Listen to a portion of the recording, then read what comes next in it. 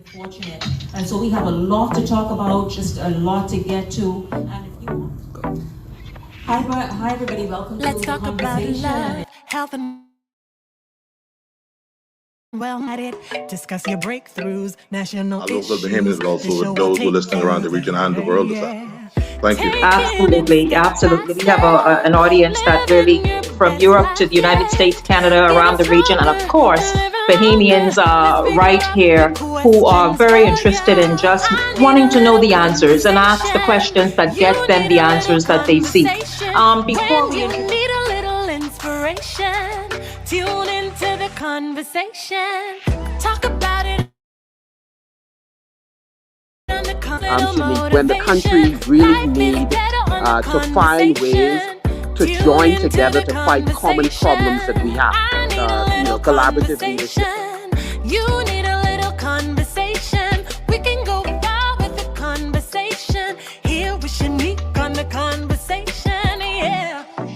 Please share the video, share. Tag some people in the live feed, share it in your private Facebook group, share it in your WhatsApp group. Here with Shenique on the conversation, yeah.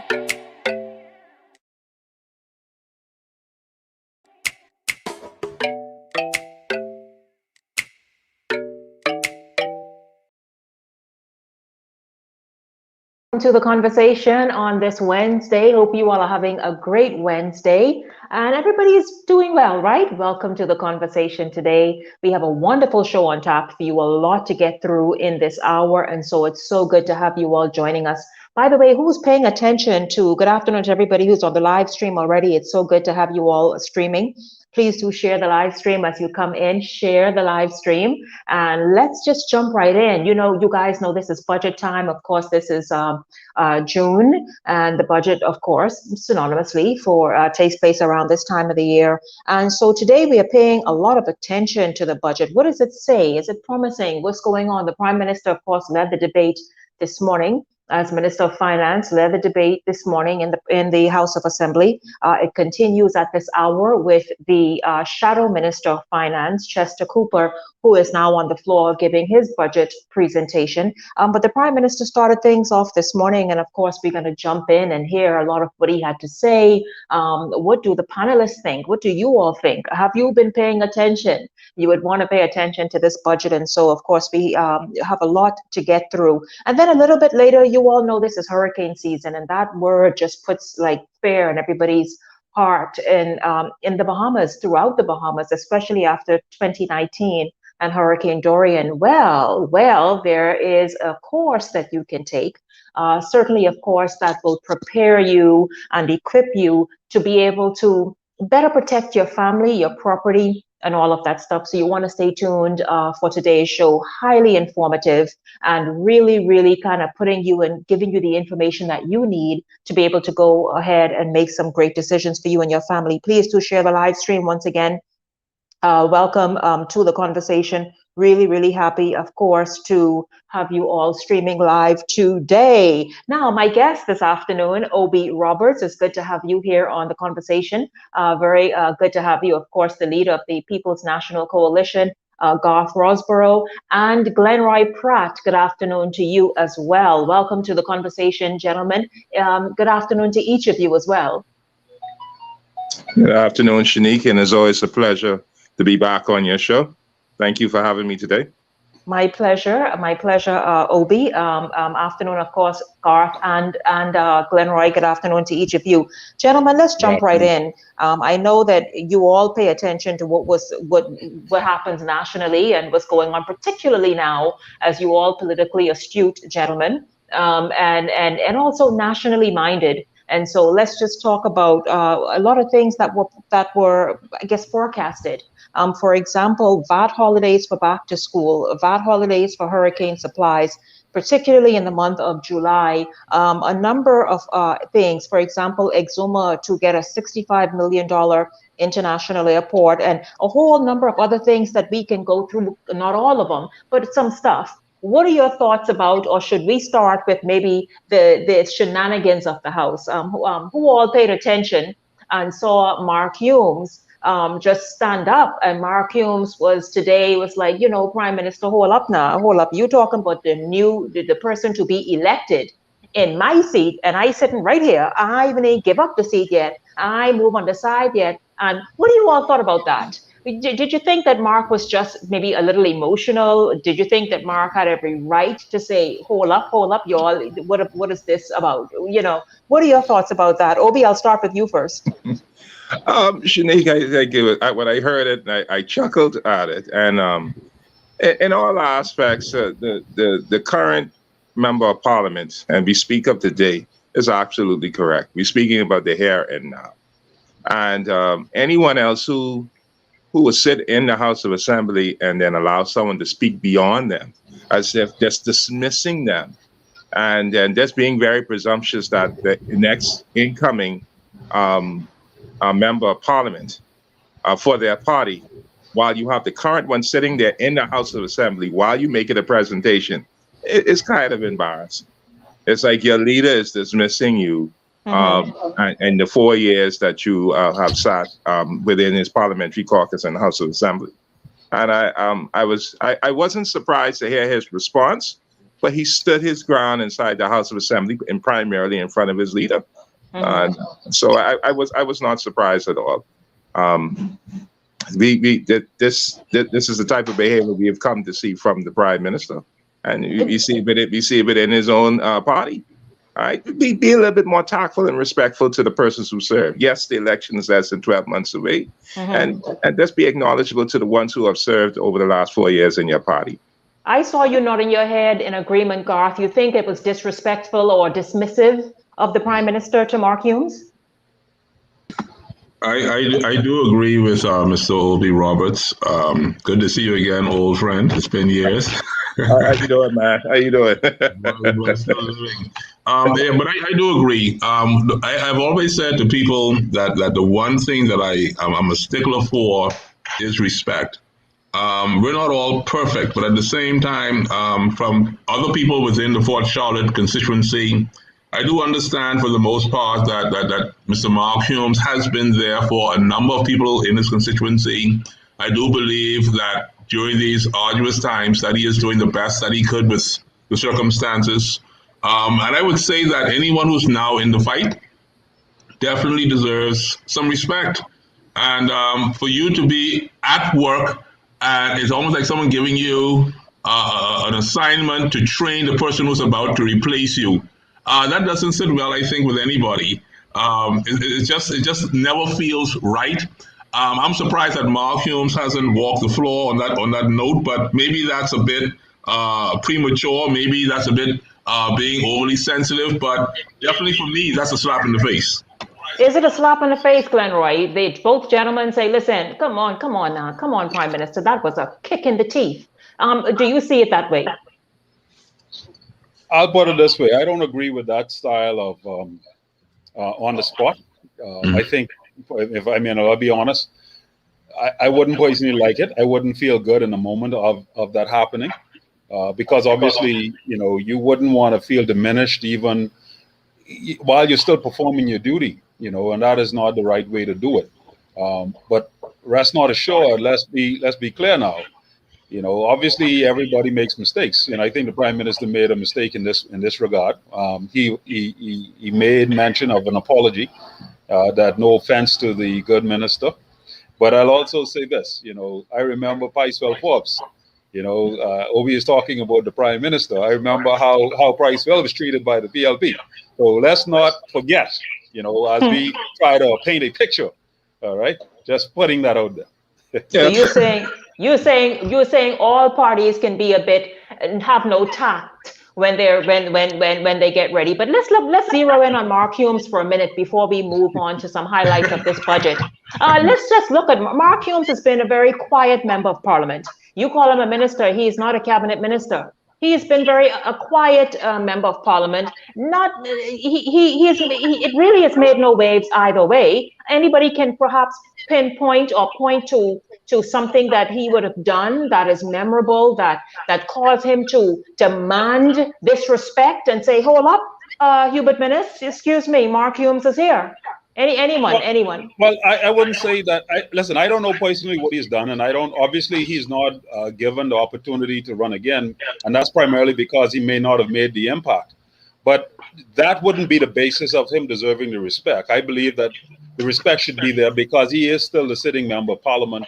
I won't take that away from him. So, from that perspective, I would say the respect should be there. But otherwise, if he hasn't done his job and he is not given the nomination because he hasn't done what he was supposed to have done, then all rights for the government or the party to say, listen, buddy, you said this one out. We'll get somebody who can do the work.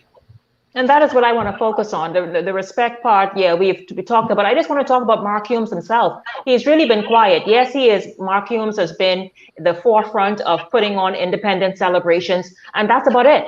I'm just wondering, can anybody else pinpoint and highlight something that he's done in these 4 years? Shenique, I cannot speak specifically what he has done within the 4 years. But I would say this, that still does not permit the prime minister to be disrespectful to him. If it is a difference of agreement of opinion, or if it's because of non-performance, that any internal issues within the Free National Movement, why he did not get his nomination, and any aspect of why you have moved on and got another candidate should remain in-house, just for the respect of the persons involved in that regard. And the gentleman, and he also has a family as well, and other persons also has families as well. So I mean, like I said, you're going to have disagreements in parties in any which way, but keep it internal and keep it private. And I just think keep it internal and keep it private. I agree with you 100%, Obi. But also think about this. Why now? Why didn't Mark Humes speak up from the time it was announced that they are pursuing someone else? I mean, what I'm saying is he has been so quiet these 4 years. He didn't even stand up when it was the time to stand up to defend himself, Garth, in terms of, hey, wait a minute, why wasn't I given this? Why wasn't I not given the nomination again? This is what I mean. What do you think, Garth? You think he should have spoken up well before now? I just had a conversation with one of our civil servants today who works for one of our corporations who was caught in a similar situation. Unfortunately, in our country, we have a large human resources issue. When we speak about leadership, for the most part, with as much power as our government now has in terms of the amount of candidates that have actually vied and entered into parliament, we have a leader now who almost feels as if he is all powerful and whatever he says or he does, whoever's giving him that advice, he has almost no apology for it. I've not heard an apology about it. And that's why I said almost. I do believe that there are situations, Ms. Miller, when you're damned if you do and you're just damned if you don't. If you stand up and speak like Frederick McAlpine, if you stand up and speak like your Reese Shipmans, if you stand up and speak like the Vaughan Millers, there is no place at the table for you.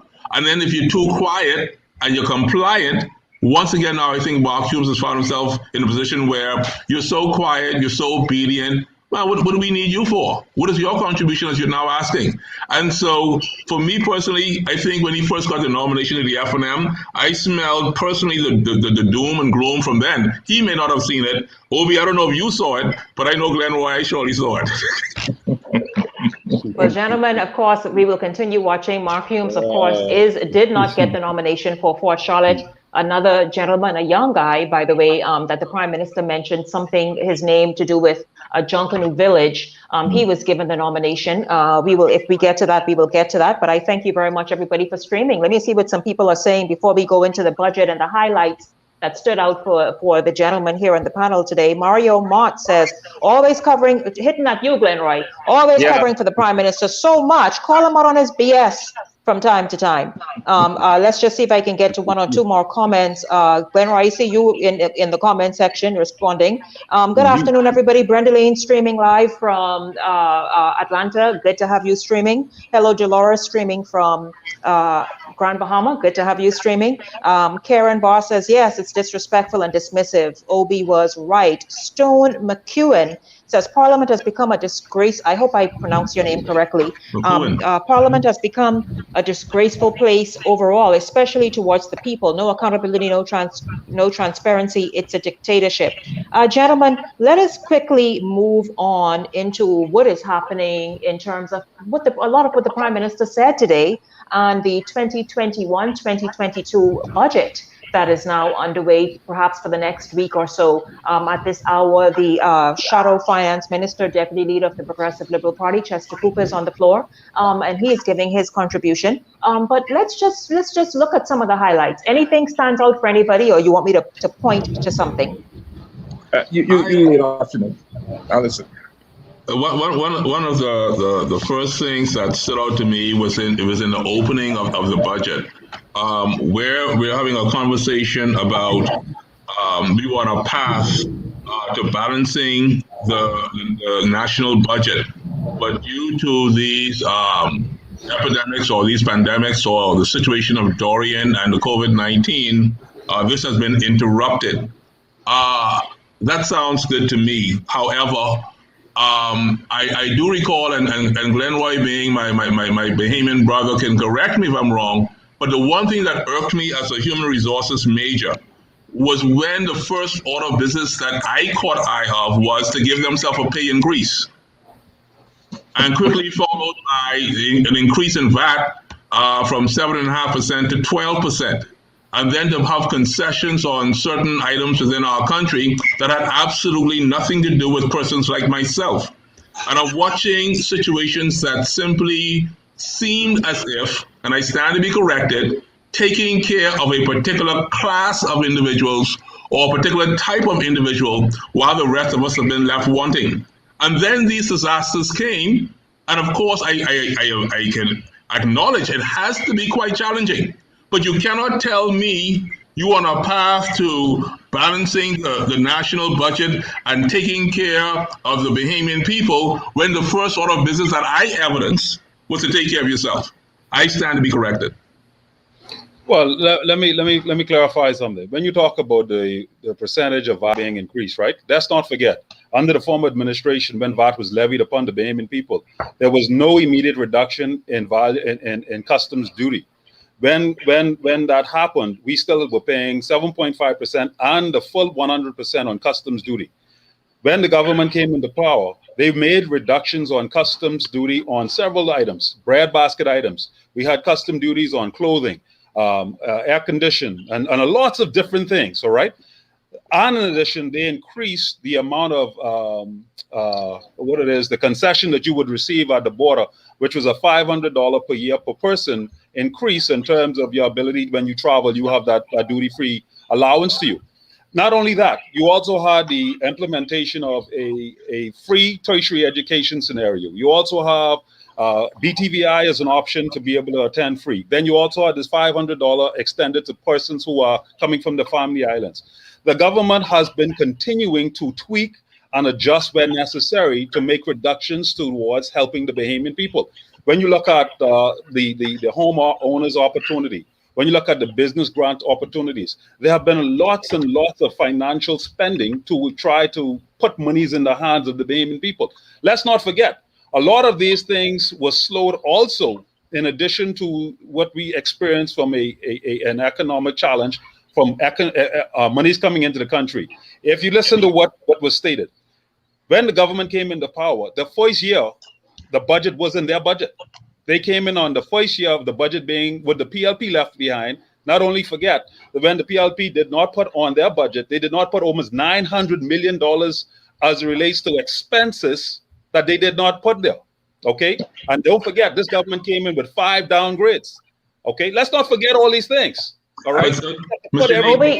Obi, jump right in. Let 1 second, Garth. Let Obi jump right in. Before we have to run quickly to go ahead, Obi. I'm listening to Glenroy here drowning right now, trying to explain this epidemic government's of fiasco since they come in. Shenique, let me remind the Bahamas of my good friend Glenroy. And God mentioned that, one of the things the FNM did when they came into power in the first 6 months is seek to have an increase in salary for the members of parliament. Also, in their first budget that they claim is not theirs, they also gave concessions to companies that earn $50 million a year in business license fees. All right. And they also gave concessions and tax relief to Bahamian-owned airplanes and airplane parts and maintenance that so happened to be at the former deputy prime minister had business interests in that same in one of those businesses as well. So we saw, and we also saw a benefit of also another colleague within their cabinet in commercial washers and dryers as well. But yeah, that was not just commercial. Let's be clear. Glenroy, let Obi finish his point, Glenroy. Residential. Hold on. He came in and benefited on commercial washers and dryers. All right. And that was something that the whole country saw. Yes. And they also, and let me remind my good friend Glenroy this, they dismantled the revenue enhancement unit that was collecting $25 to $30 million a month. So this is the real reason why they had to increase value-added tax by 60% the following year, because they had to make up a shortfall on all of those major giveaways and tax relief to those special interest groups who took care of that organization that led them to victory in 2017. And that's what it is, Glenroy. And now we're seeing in this budget today that they're loading up as an election promise on all of these things that nothing stopped them in 2017 from giving the Bahamian people then. But the Bahamian people are not fooled, Shenique. They're not fooled. They're seeing through this F&M government and their disguise. We are certainly going to be looking at a number of those promises in a second. Please do share the live stream. Share, tag several people in here. It's great to have you all streaming. Share the live stream in your private groups, in your Facebook groups, your WhatsApp groups. Share the live stream. Tag some people. And Garth, you wanted to jump in. Thank you so much, Mr. Miller. Listen, Mr. Glenroy Pratt. I am very well aware that there are some people and classes within our country that benefit from these particular policies. The point that I was making to you is that for the majority of the people, this does not apply. How many of our people can even travel to import anything to have custom duties exempted or to be lowered? Okay, the cost of living in this country is the sixth highest in the world. And so with all of these exemptions that we're speaking about and the reduction on taxation for import duty, show me the decrease in our cost of living. It's still high. And so it means then that whatever they've passed, truthfully, it's just been non-effective. Right now, today in 2021, the best of us in the middle class is struggling to pay a light bill, struggling to buy food. When was the last time anyone went shopping for clothes? This budget doesn't apply to people like myself. I'm an entrepreneur. Every day for me is a hunting opportunity. I do not get a regular salary. The people in the hood, in the ghetto, every day is a hustle. There is no room in this budget for the hustler. The opportunity I see in this budget is for the individual who knows somebody who can get a slice of the pie and possibly raise their socio-economic positioning. I do not see a budget for the poor. So if God says he doesn't see a budget for the poor, it's not for the hustler. I want to point out to some areas when we come back with Glenroy, you're shaking your head adamantly no. Of course not, because listen, let's not forget the government pledged $25 million towards small business own opportunities. And that $25 million have been exhausted. Many Bahamians have started small business during this pandemic, have received grants in the amount of $5,000 and plus towards building their businesses. That's a fact. You cannot deny that. That's a reality. There have been many businesses. Not only that, no, listen, people started their little light manufacturing, little hustle here and there. The small man. All right, some people started their landscaping, some people started their bakeries, some people started little ice cream shops. If you look around this town, there's been a pop-up of a lot of small to medium-sized business opportunities that have happened through the grant that the government provided. Let's look at this. Remember, here's something that was said today. Over the Hill communities continue to reinvest in the areas. You all know that Over the Hill community thrust that the government launched some time back. It says that they have taken advantage of the concessions that were offered $2.5 million. 49 people took advantage of that, and apparently they created employment for 142 people. This is just an over the hill. This is what was said today. This is what was announced. Listen, we are just getting started. I want the gentleman to talk about this preschool initiative. The fact that you, Garth, you, Obi, you, Glenroy, can go and open a preschool on one of several family islands and get concessions and get the land and get what it is. There's a number of other things. I would look at it. There are many have things access to $25,000. Have access to $25,000 to build a preschool, build it duty free, and also receive $2,000 per student. We are going to talk about that opportunity. Is it an opportunity, or what y'all saying? Listen, we're going to talk about that and some other highlights in the budget. Stay exactly where you are. Be sure and share the live stream, guys. Share the live stream. Share. Tag some people in the live stream. This is The Conversation. More after this.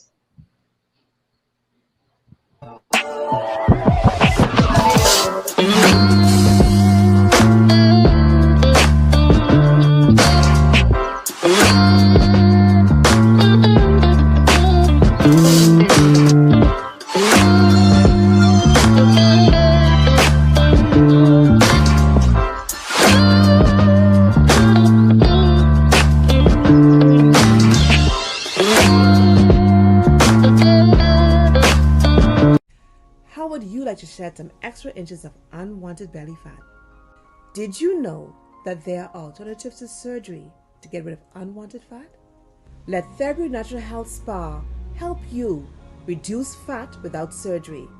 Therapy Natural Health Spa employs a series of methods in a customized plan to suit your fat loss goals. Target those stubborn and challenging areas on the body with our cavitation body shaper that uses heating lasers to break up and melt fat during each session. Did you know that as you drink water and exercise, that your lymphatic system and liver work together to help eliminate fat?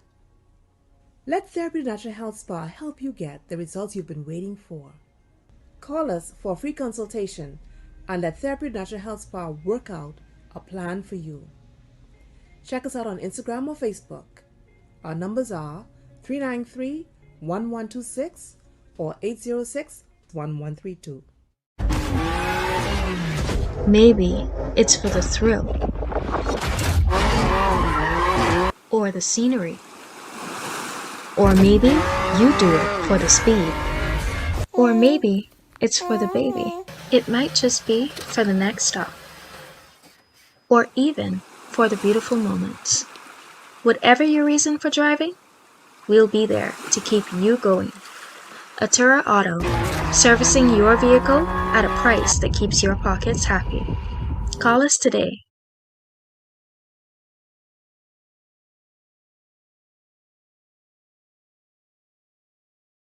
It's The Conversation live here on the Facebook platform, streaming live. I think that we're also on YouTube as well. So hello to you, YouTube audience. It's good to have you all streaming as well.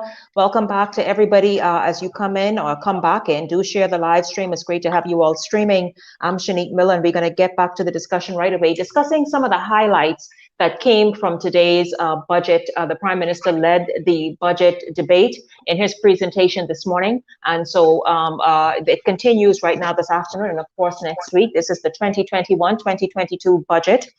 Kizzy Aisha Newton says, listen, the PLP and the FNM failed this country. I don't trust none. Make no excuses because they all have failed and will continue in this country, she said. Tanisha says she is Tanisha Meadows Tate. She is interested in hearing more about this preschool initiative. And I thank you all for tuning in today. Let's just see. Letitia Mortimer says, they told me that there were many bakeries on the island, but if this is my God-given talent, what the hell you want me to do? So I guess I will hustle on my own.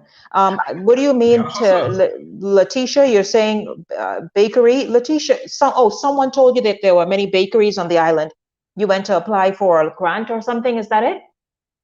Keep trying. Don't give up on that. Keep trying. If baking is your thing, and I'll tell you this, sometimes you got to start baking from your house and build a clientele and go from there. Sometimes it's even more successful than having an overhead, so think of think of different ways to get where it is you need to go. That's super important. Welcome back to the conversation. My guest this afternoon, Obi Roberts, Garth Rosborough, Glenroy Pratt. Welcome back to the conversation, gentlemen. I mentioned a part of what was announced today. This is, let me just find it. I was making some notes. The government is making land available to Bahamians with such skills to have access to $25,000 to build preschools duty-free. Each person will receive $2,000 per student. Those preschools are needed. Now, this is outside of the government preschools, which they said there's a shortage. And so that's why they're encouraging people to, hey, listen, if you are able to do that, then go and build a preschool and it'll be subsidized, etc. But those islands include that preschools are needed, identified as Inagua, Long Island, Eleuthera, Andros, and Grand Bahama. I may have missed one or two other islands, but those are the ones that I certainly got. Your thoughts on that, gentlemen? Garth?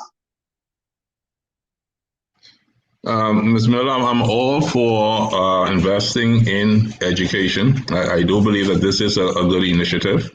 I will applaud the government on this particular initiative that anytime we can invest in the future of the Bahamian from infancy all the way up to senior citizenship, that the investment is merited. So I wouldn't prolong that any further, but I'll allow Obi and Glenroy or yourself to chime in. But I applaud that effort, ma'am. I think it's a wonderful initiative. For those who can afford to invest in such, I do believe that investment would be merited. Obi? Shenique, if that is the intent of the government, it sounds good. We've heard many things that this government has said that they was going to do, and we have seen that they did not follow through with some of their commitments.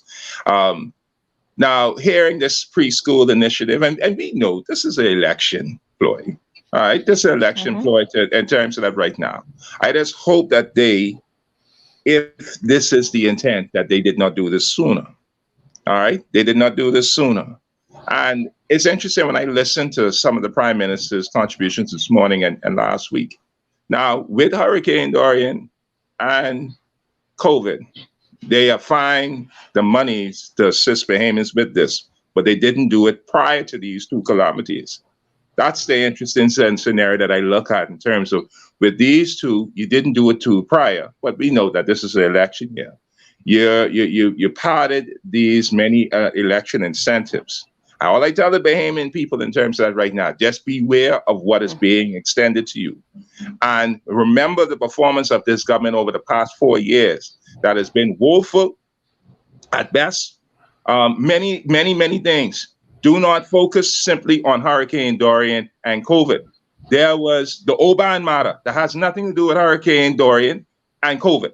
All right. There was the Town Center Mall contract that has nothing to do with the COVID and Dorian matter, okay, which led to Brent Simonet resigning. Don't forget that you had two F&M cabinet ministers who were judicially condemned. That has nothing to do with Hurricane Dorian and COVID. So do not be swayed by this F&M government and the snake oil salesman that I call our prime minister when he comes with certain gifts to give you in exchange for your support and your vote. And all I'm saying is just be mindful of his performance thus then. Do not forget, all right? Do not forget how this government had treated the Bahamian people, got no answers. When we had the former chairman of BPL, all right, who was fired, the former board chairman, we did not even get an explanation as promised by our prime minister then. And we still wait for it now.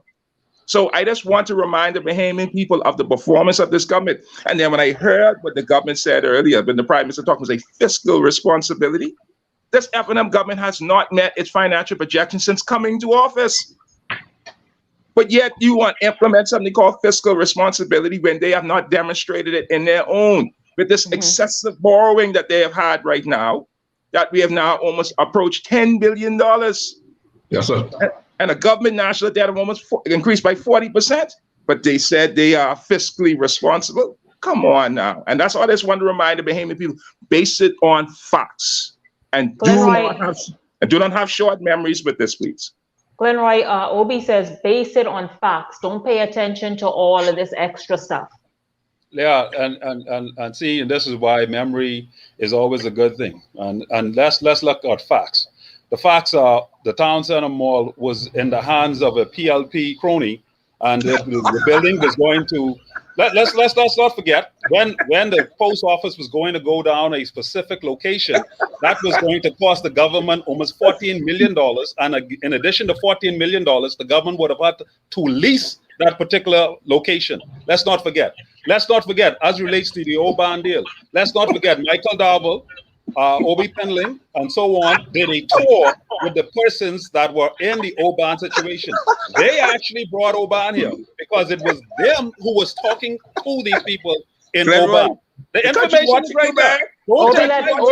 Obi, let Glenn Roy speak. I urge, if you're listening to me, you go and you Google Obi Penling and Oban deal. And look at the picture of Michael Darville, Obi Penling. They're touring the location for Oban before it was signed. There's all the information right there. Go and look for it for yourself. Don't take my word for it. It's right there for you to see. All right. Now, when we talk about this whole situation about government spending, there's an article, and I urge you to go and look for this article as well. Fred Mitchell, he talked about government spending. He said debt is a part of government. That's what Fred Mitchell said. Now it's convenient that Obi makes mention that the government is balloon in debt. He also referenced the hurricanes that they had incurred when they were in office and how much it cost the government. And he told this government that, listen, that is the way it is. And you have to be able to manage and do it effectively. That information is again there for you to see. Google, go and check it out. Fred Mitchell talk about debt. And then you will see exactly all of what is being stated is all just hypocrisy. All right. This government has faced numerous challenges. A vice admiral, and again, I urge you to go and look at this. A vice admiral, all right, inside the Coast Guard, he stated that Hurricane Dorian was one of the worst storms that he has ever incurred. This man has spent 35 years dealing with hurricanes. He was dealing with Hurricane Katrina. He dealt with several hurricanes in Puerto Rico and major natural disasters around the world. And he stated that this is one of the worst. Now, when you look at all those things and put them in context and the realities of what this country has faced and where we are today, we are doing far better than most countries in COVID. We're doing far better than most countries as relates to coming out of this situation with Dorian. Yes, the government hasn't been perfect, but guess what? They are more steady-handed, and based on the experience of what we come through in the last 5 years under the PLP, when they didn't have all these challenges and had 5 downgrades, we're doing far better. Listen, let's look at some other promises that were made or some other highlights that came out of the budget. Job creation, small business development, public and private sector investment, fiscal responsibility, as Obi already talked about. Long Island Airport, the bid is out to tender, and I think that is going to be in the amount, or that's the Exuma Airport, that I think is around 65 million. Let's just look at some other things. Establish a Junkanoo Village, $2 million is allocated for that as a tourist attraction in the Gladstone Road area. Let's talk about that, gentlemen. This is almost like that Junkanoo Museum that has been toyed about and talked about for decades. That people have been saying, oh, there is such a need for one. Well, this Junkanoo Village appears to be headed in something that is headed in that direction. Your thoughts? In terms of enriching and improving the tourism product. Go ahead, Garth. Ms. Miller, what I'm looking at in this country is the investments that are being made is still going out to special interest groups. I just listened to these two gentlemen, and one is casting stones at the other for the very same crime. And both of these men are my friends, but they're guilty of the same crime. When I look at all the improvements that are coming to the country, I want to bring it more home to people like myself. You, the people of the Bahamas. In this budget, they spoke about something as simple as Airbnb. Here is a house that I fight for my mortgage. Every month I have to find money for my mortgage. There is no relief from the government to assist me in my mortgage during this pandemic, as it is right now. No relief. There's no, I asked the bank to look at my mortgage rate. How can I have it decreased? They told me add $300 more onto my mortgage, and then we'll be able to have a discussion. If you're struggling to pay the mortgage as is now, where do you find $300-400 more? You see, no relief. But yet you're able to give concessions and you're able to put billions and millions of dollars into infrastructure like airports, which are necessary, Hospitals are necessary, but as for me who struggles to keep my home, and I'm talking for all Bahamians now, to keep your home, and then you come up with a brilliant idea.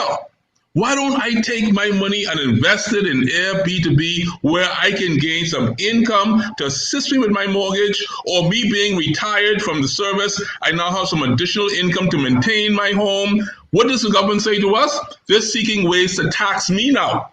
More. Airbnb. They want to put a knee on my neck after fighting my mortgage for 30 years and trying to find a way to stay afloat during these hard economic times when we are now the 6th highest cost of living in the world. Utility rates are the 4th highest in the world. How much more burden can the people? I don't really care about your airport. I don't care. I want to care about me. And you said it's the people's time. You said it. You said it's the people's time. And the people said, I am sick and tired of left and right and who get and who don't get. When are we going to get? You have an airport where you getting tax concessions for your airplane. I don't have no airplane. I don't have no hangar. I could barely fly to Exuma. I've never been to mainland Exuma in my life. I've never been to Long Island. Never been to Megwater. Never been to these places.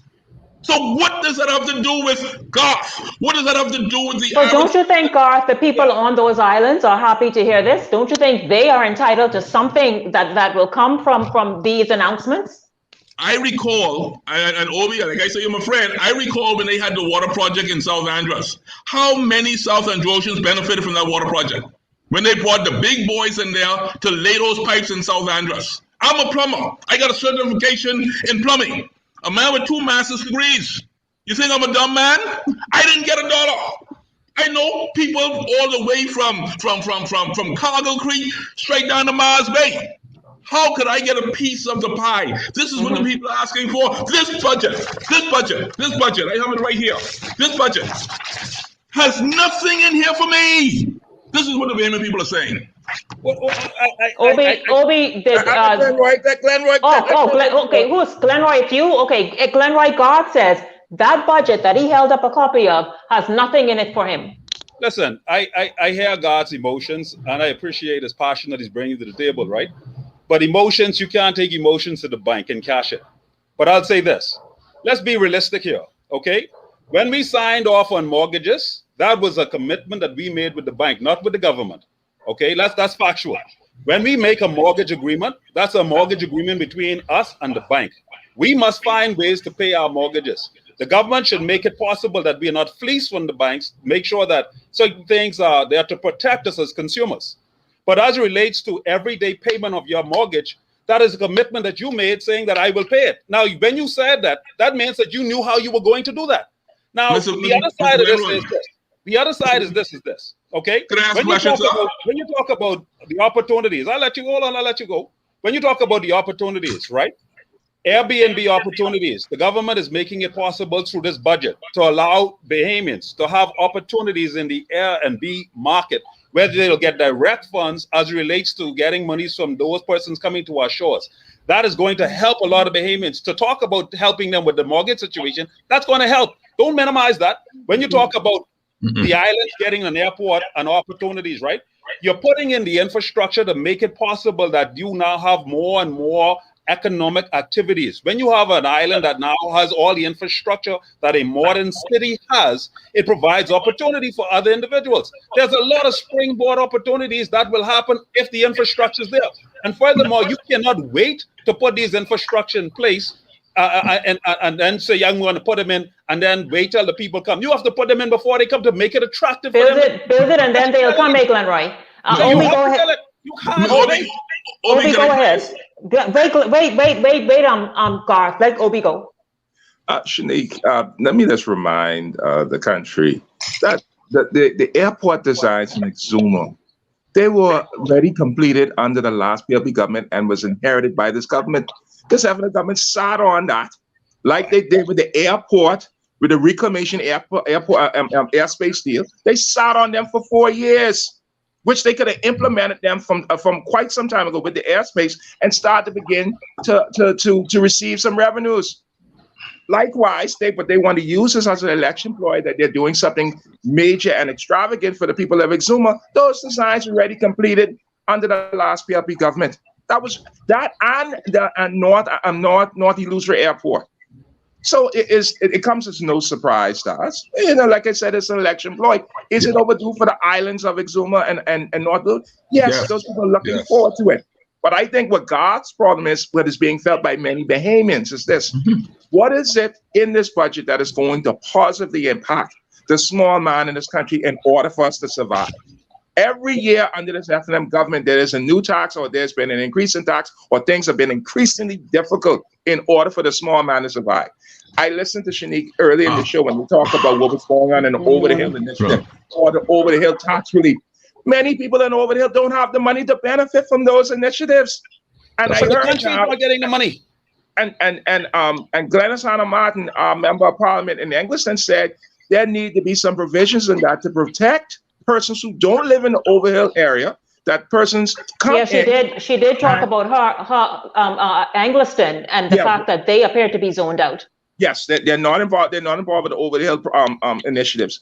But she was also saying that she wanted some protections for the people who live in there, that protect them from persons who don't live in the overhill area and move in, open up business, but benefit from the tax incentives and tax benefits that the people who originally lived there don't have the monies to benefit from. And so we're hearing this song and dance. You see how long it has taken the FNM government to complete the government ground initiative? That's been what, 3.5 years they've been dragging it. Okay. So the people are seeing that's what it is. Gentlemen, I do have a this is hurricane season. I do have another guest already waiting in the wings right now to talk about that very, very important thing. I want to give each of you an opportunity. 1 minute, 60 seconds. Garth, go ahead. Jump in, Garth. Garth, you know what 60 seconds is? 1 minute. I speak the shortest on in this whole crew. My boys like to talk, but listen. No, they 1 minute each. Mr. Glenroy Pratt, you said that I sat down with the bank and I made my agreement for my mortgage. Let me tell you something, sir. I have a whole building that I owe not one penny on, but I collect rent from 5 units. Your prime minister got on the media and told the people, if you can't pay all the rent, pay some of the rent. Or if you can't pay all the landlord shouldn't kick you out. Do you know what happened to me that same day, sir? You think I wasn't waiting for that excuse from Jesus to tell me they don't have my money for my rent? So, Garth, you figure if the government is going to, and rightly so in a time like COVID, try and provide relief for people who lost their jobs, you're saying then relief should have then be also considered for landlords like yourself, who too are feeling the pinch. Yes, ma'am. Have a heart, they say, have a heart. We gotta eat. So I have to pay, I'll tell you all this much on the air. My light bill last month was $5,500, and I paid a light for all my tenants in my 5 units. All. Now, guess what? They sitting in there, not paying the full rent, but guess what? I still have to pay the light bill. Come on, people. You all think this is a game? You think only the church helping people? All of us are breaking our backs with our brothers and sisters, and you turn on me in a cannibalistic way. And you want to demolish. I can't even afford to get buried in Lakeview no more. I gotta look at Old Trail. Well, don't look at none of that, God. Don't look at. Just let's just stay focused and alive here. Obi, God, I think God is finished. Glenroy, you respond to God. You respond to God, my friend. Obi is one host of this show, one. Glenroy, Glenroy, go ahead, because Obi can get 50 seconds instead of the 60. Go ahead, Glenroy. 60 seconds. I would say this. Listen, I understand what God is saying, and I feel what God is feeling. I understand clearly. All right.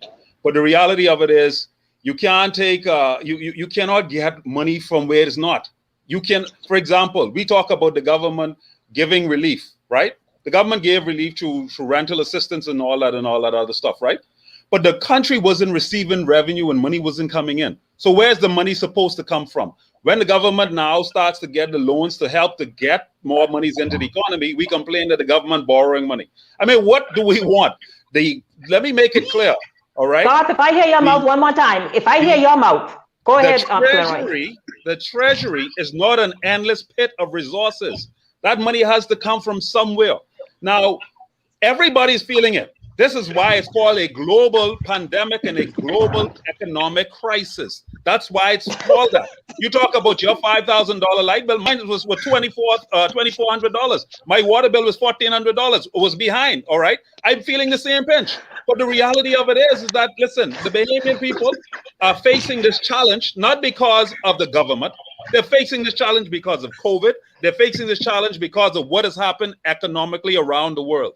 And unless we realize that, we will not be able to get out of this. And so we have to do what we have to do to get out of this. And the government is putting steps forward to help us all get out of this, like it or not. It is what it is. Obi, go ahead with your 50 seconds. 5-0. Yes, the only thing I would say to Garth and Glenroy, the government should not make open-end commitments that they know they cannot fulfill. Stop giving people false hope and knowing that they cannot fulfill some of these commitments that they made last year. But Shenique, I just want the Bahamian people, when they do sit down and listen to the budget, listen to it carefully, and then also take a look at what has happened from May 10, 2017 up until today and what you've been getting from this government. Have your lives improved? We still have Bahamians sleeping in cars on the beaches, who lights are off, where this government tried to paint a rosy picture that everything is fine and going well and everything else in that regard. Okay? A lot of people are unemployed. A lot of people don't have food. Single mothers cannot take care of their children. And we just want them to understand that they are making these concessions, or excuse me, not concessions, making these commitments in this budget. They're only doing this to get your vote. Their performance over the last 4 years totally stands as their performance of 4 years. Hubert Minnis, who has been one of the most incompetent prime ministers. Wrap it up, Obi. I'll wrap it up. That we listen to this budget debate because it's going to be dependent on our present day and our future. And we have been borrowing at an unprecedented rate, and we as the Bahamian people and future Bahamian citizens to come will have to pay for that. I thank you very much, Obi Roberts. I thank you very much, Garth Rosborough, leader of the PNC. I thank you so much, Glenroy Pratt. Gentlemen, you all are always opinionated, always just coming. I love the mix. You see the three of them come from three different angles, and I love it. Very, very informed and very animated as well. We're going to take a break and come back with Siobhan Sherman to talk about hurricane season 2021 and why it's important for you to be able to be on guard, be aware, and be prepared. The conversation comes back right after this.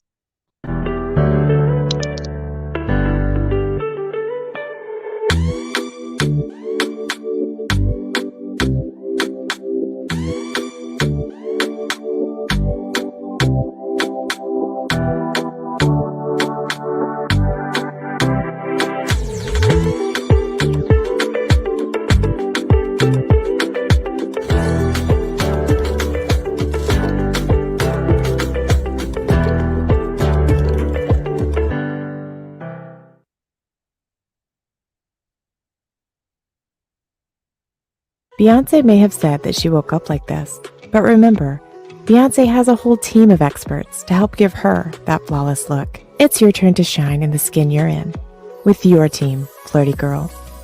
We help you contour your body, enhance your curves, and embrace your skin with our fat-burning laser lipo and breast and butt enhancements. Relax with a facial, a massage or detox, and try our fitness and nutrition coaching, or even our specialty services, Brazilian wax, and intimate skincare and intimate brightening treatments. Let your inner smile glow on every inch of yourself. Maybe even surprise him with a male or couples experience. This is your invitation to unveil your beauty. Request a consultation today by calling 677-1689 or WhatsApp 467-9630. Flirty Girl, we're you. Hi, everybody. Welcome back to the conversation. Thank you all so much for hanging out that first segment. as we talked about the budget and where the country is headed in terms of the 2021-2022 budget. We're now going to shift gears with the hurricane season and some information on that you really need to pay attention to and know about. Of course, this is day 2 of the 2021 hurricane season, and it's something we all hate to hear, particularly after 2029. With Hurricane Dorian, it still puts a tremor, and rightly so, in the hearts of everyone. Welcome to the conversation, Siobhan Sherman. Hi, Siobhan, are you there? Hi, yes, hi, Hi. Shenique. Thank you so much. How are you?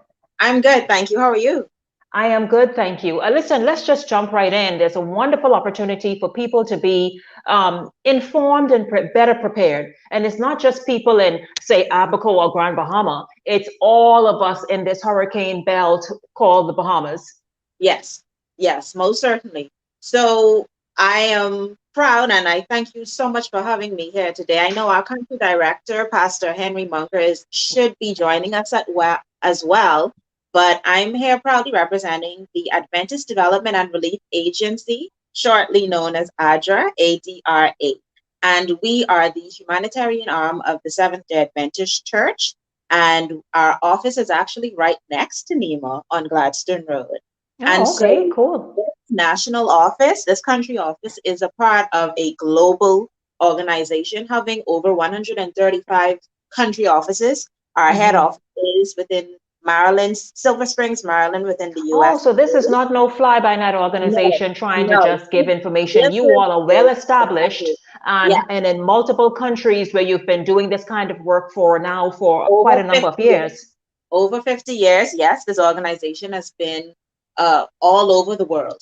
And as a result of Hurricane Dorian, this national office was established. And so since that time, we have been party to all of the cluster organizations of the international non-governmental organization bodies, more specifically within education, WASH, which is water, sanitization, and hygiene. But our key focus has been on education through our project Education and Emergencies. And so, yes, we are here not just for emergency response, but also for development as well.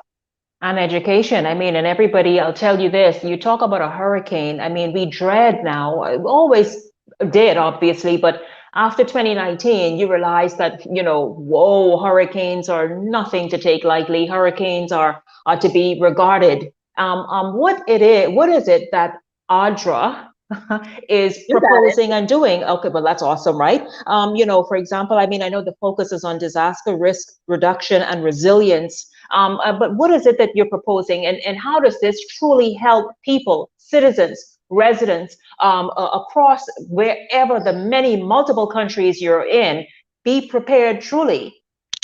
So thank you so much for that question. So the beauty of DRR, which is disaster risk reduction, and of course, resilience has to be a part of it, because we're interested in rebuilding or building resilient communities. And so as a result of Hurricane Dorian, which was an emergency response project, every ADRA project has to have a DRR component. The component for ours is an online course. And so initially, the purpose of it was to reach educators, more specifically clergy, as well as school teachers. And it's really just a behavioral change, and it's to ensure that persons are disaster ready, they're more in tune or understand what a disaster is. And it should have been in person and conducted in Abaco and Grand Bahama. I guess the blessing and the curse, or the catch-22 of having COVID, is we can now offer it online, and it's still for free. And we have since been able to expand it to all of the family islands.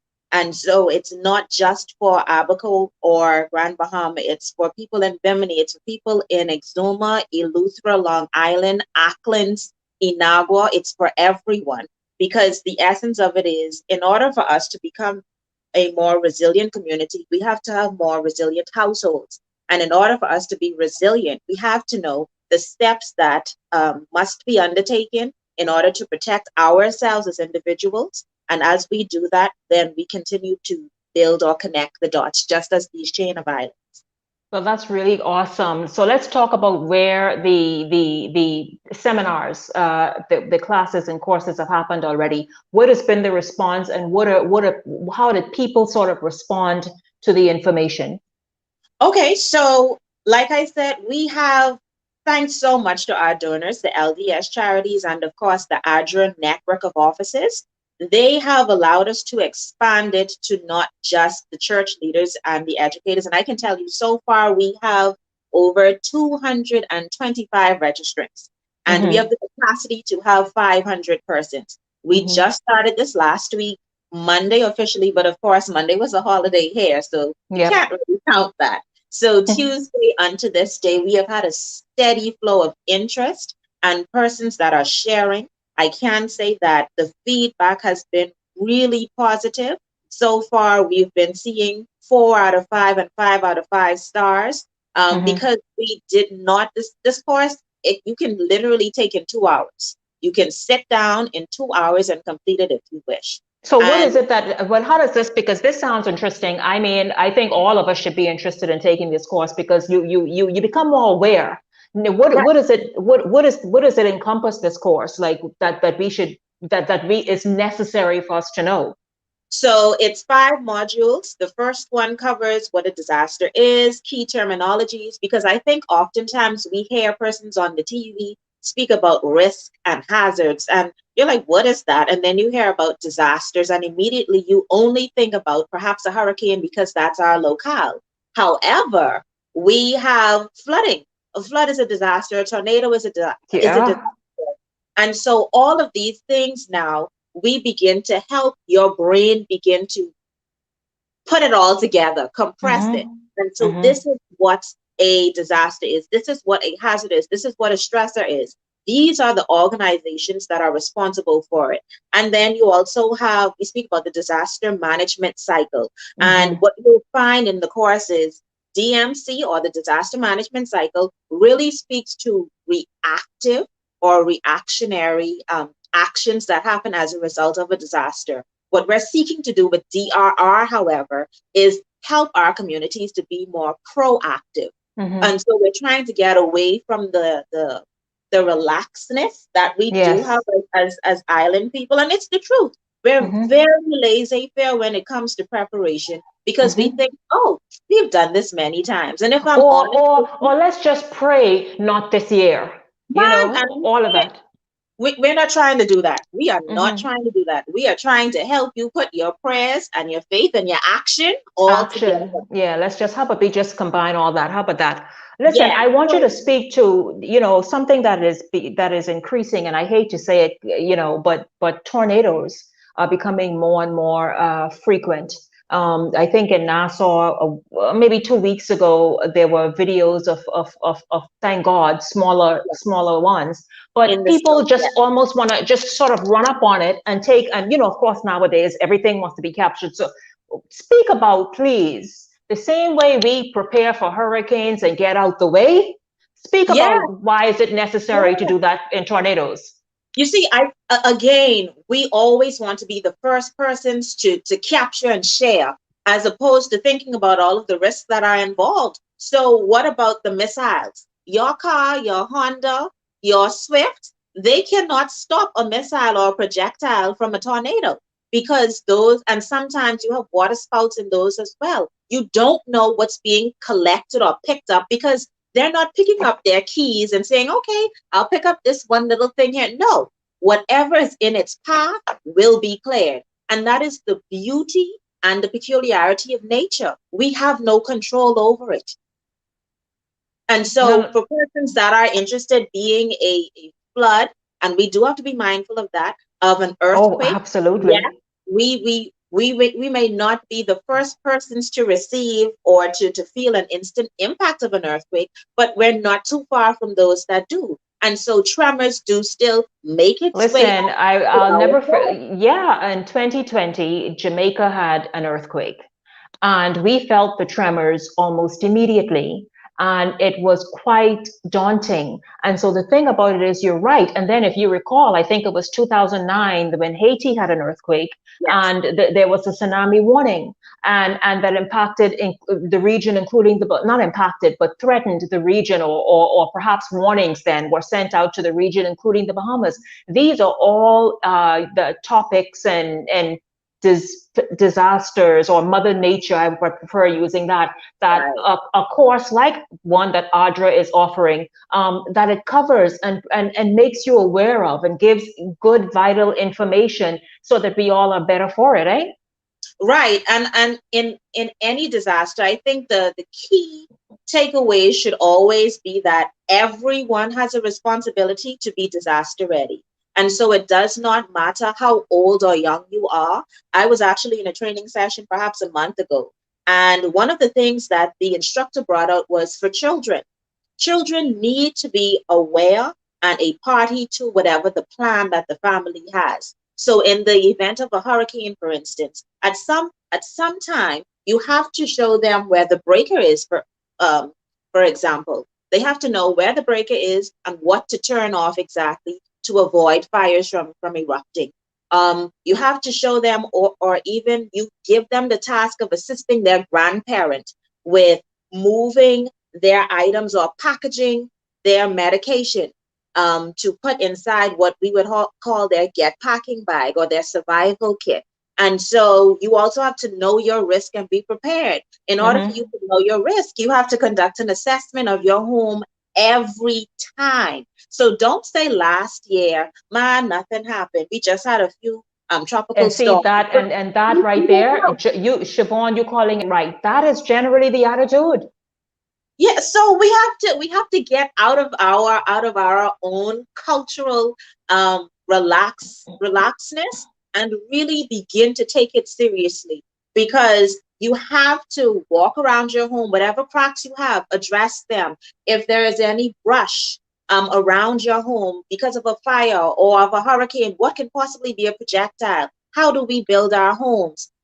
What about our ventilation? What about these things? And then you have to make a plan. So everybody has a responsibility to be ready. Everybody has to know their risk and be prepared. And then you have to make a plan. So what is your plan? We have developed a family emergency plan that is good, actually included in this course for free. And so once this timeline is finished, we are expecting that those that would have conducted or experienced this course, they then share this information.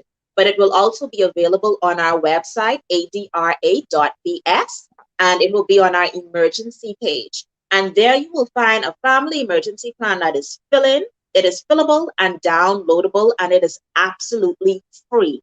And so it you all heard this. You all heard Siobhan Sherman. Siobhan is saying, listen, number one, it's free. FREE. You guys, that's the buzzword right there, right? Free. The ADRA course. Now, I have some questions for you, Siobhan. And by the way, you have to take the course, guys. Go register. We will get that information to you in a second. But Andrea Bain is saying a good idea is also to have life vests for each family member. Yes, that is absolutely correct. As a matter of fact, I was in Hurricane Dorian in Grand Bahama. And foolish me, I flew to Grand Bahama from New Providence to be with my family. And so even an action like that, you should never do. Stay where you are. You do not go to the disaster, to the possible area. So we knew, or we experienced, there was water everywhere between Grand Bahama and Abaco. We saw the videos. And it's completely different to be there. Completely different, and to not have a life vest. So now for last year's hurricane season, I got life vests for everyone in my family. Everyone has a life vest now. So yes, so Andrea, you're absolutely right. Alex says, can you send me, okay, so here's information on how to take the ADRA course, please. Can you give that information out, Siobhan? Sure. If you go on our website, adra.bs, so adra.bs, and you can click on the blog. Once you're on the website, it says what we do, click on the blog. Once you're there, it will be the very the last blog or the latest blog, Preparing for Disasters, just got easier. We're here to help. So adra.bs, go to our blog and it's right there. Click on it and the link is also included. It is absolutely free, absolutely free. We do not charge a single dollar or cent for any of the courses, for any of the resources as well. Because like I said, we're doing the family emergency plan, which all participants will, well, our first 300 participants will receive for free. So that means we have at least 60, 70 more spots that persons can come in and claim that. They will also receive an emergency wall calendar, as we're going to call it, and it will have our get packing information. And so everybody talks about this disaster bag, and we have all of, well, the majority of the items that you should have in your disaster kit. So adra.bs, log on, and we would be happy to have you. It is for everyone. Educators from all islands, from all ranges. We have the armed forces. You're also available. Any community leaders, you're also available. We have persons from the neighborhood watch that are coming in. Why? Because it's essential to your neighborhood. Oh, it is. So we have persons from the church, from all spheres. It is not just for the bishop, it's also for the deacon, it's for the church ministries director, it's for the choir director. This is for anyone that has a leadership role, because we want to get every leader trained to share this information, because it's worth sharing and it could save somebody's life. Miko Noel says, how can we create better evacuation facilities above sea level, with some areas of the Bahamas being as much as 110 feet or more below sea level? Does the course also address stuff like that? And this is just our pilot course. So our second course, once we're hoping all of this goes extremely well, we have the second aspect already prepared that will include climate change. And so it will speak to climate important. It will speak to the activities that we have and building better. And so if you listen to the Minister of Disaster Preparedness, Ms. Bakisha Parker Edgecombe, she speaks about building better. And so as a result of Hurricane Dorian, the Disaster Reconstruction Authority, or the DRA, as well as NEMA and all of their other parties, they're all seeking to build better. And it's a part of an international agreement, which is the Sendai framework, that speaks to it has 7 items, and one of them does speak to building better. And so it might seem sometimes that our nation is taking small steps, but they are still good steps. And so stay tuned, because our second session, hoping this one goes extremely well. And so far, the feedback has been great. It will continue to help and answer some of those questions. Today, my special guest in this segment is Siobhan Sherman. Siobhan is from ADRA. Of course, it is the, let me just get the full name of that so I can call it properly. But speaking about hurricane and preparedness, it is the Adventist Development and Relief Agency, Bahamas. And right now they're hosting a disaster risk reduction and resilience online course, absolutely free, for any member of the family who can understand and want to be able to participate, because the more people knowing and paying attention, the better for everybody involved. And Miko asked some important questions. You'll get to that then, but if the more we can be prepared in terms of other things, then the better for all of us, because it's the wake-up call was truly Dorian. To see how severe sometimes Mother Nature can be, a hurricane can be. And so this course, which is free, it really is very important for everybody just to become more aware. Teachers and church leaders, community leaders, armed forces, or everybody, even you and your neighbor are invited to be a part of it, to register and join. It is free once again.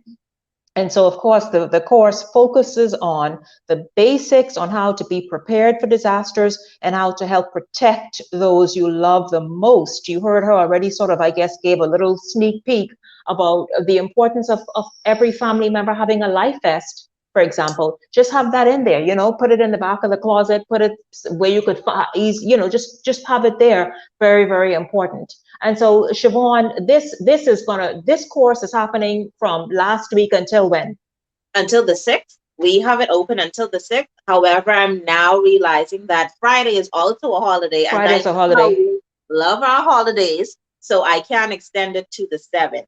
And so it's the beauty of this course is not just that it's online, but it's also self-paced. So you have persons that sign up today and they may watch the introductory video and then that's it for today. And then they go on tomorrow and they watch the first module, which is, I think, 13 minutes. And then they say, okay, well, I'll watch the second one, which is about 9 minutes. And then they go off and then they come back the next so this day. is and it's easy. So it sounds like it's easy to digest as well. The information isn't, you're in a university class. You are nice little wonderful videos that are very informative and simple to grasp and understand and detailed, and you're good.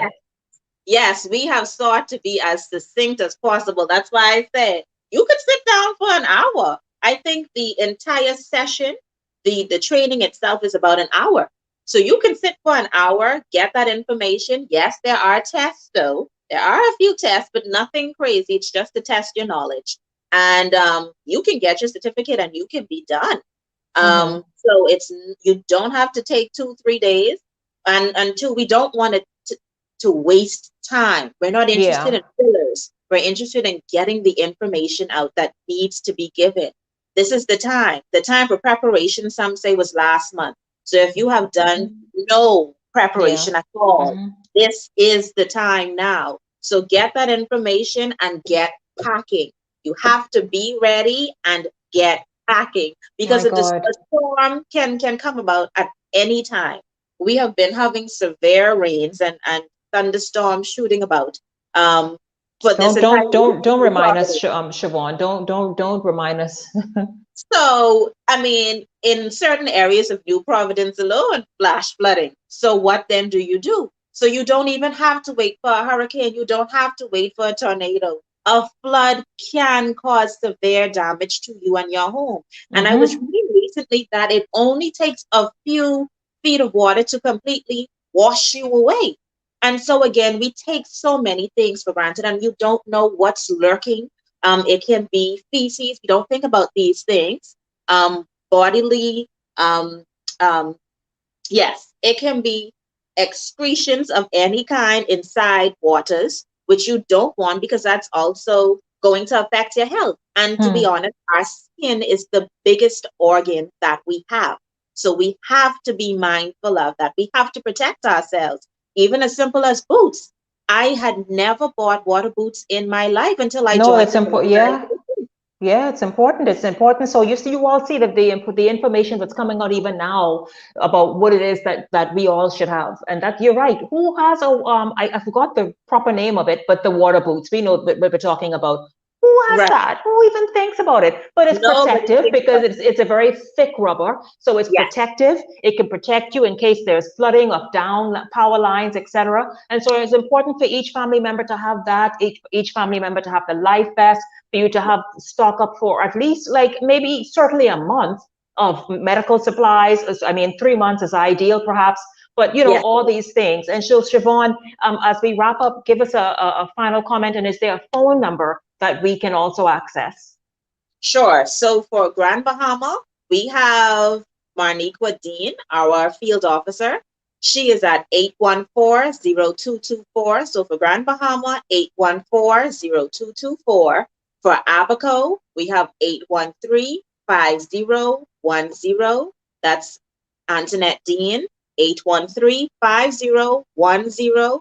And for our head office, which is here, we have 812 ADRA. So 812-2372.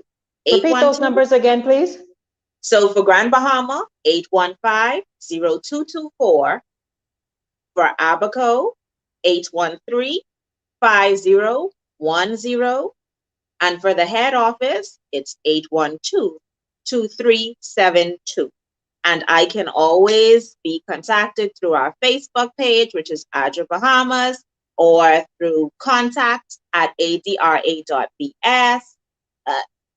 You can even reach us through our website. You can send a message to there as well, and we respond, even through Google. We've had persons contact us through our Google page as well. So okay, that's really awesome. Siobhan, I thank you. I was just trying to get, I hope I got those numbers right. I was just trying to get them, couple of them in there so you would know. But Siobhan from ADRA, thank you very, very much. With some important information. Once again, the course is free. The course is free, you all, and it's just a few minutes. I mean, Siobhan says in an hour you would have watched 3, but if you want to space them out, you can also do that as well, because the videos are very, very, you know, concise. Like they ain't drawn out, and you know, and so just, and then you're better for it. Really awesome. I'll give you an opportunity for a final comment. So what I would like your audience and our community to realize is, and thank you all so much for signing up. Just sitting here alone, I'm seeing my emails popping up with persons signing up. Thank you so much for signing up. But everyone has a responsibility to be disaster ready. You need to know your risk and be prepared. Make a plan and talk about it. Prepare your home. Stay informed and get packing, if nothing else. Thank you so much. Yes, absolutely. Once again, it's ADRA Bahamas, ADRA.BS, ADRA.BS. Sign up and get in there, get that information, and so that we all are good. I thank you very much, Siobhan. Thank you so much. It's my pleasure. That was Siobhan Sherman of ADRA, offering a free, she's a part of an organization that is not only based here in the Bahamas, but several countries. It's been around for more than 50 years, and they're offering a free training course to prepare you, your family, and your neighborhood, everybody, just to be better prepared for in the event of a hurricane or any other type of natural disaster. I thank you, social media audience. Please do share the live stream. Share the live stream. It's good to have you all streaming and participating today. Don't forget, once again, awesome. Who is that who signed up? Someone just signed up. Thank you. I'm happy that you did. I will. That's Wings. Russian Wings just signed up. All of us need to. Everybody sign up.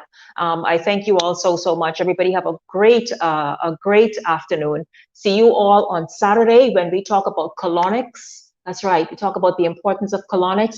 Also talking about on Sunday, a nice, good, juicy topic for you. And so absolutely continue to stay tuned to the page. Like the page, share it with a friend, share this show with a friend, and also in your WhatsApp groups and your Facebook groups. See you all on Saturday, guys. Have a great day.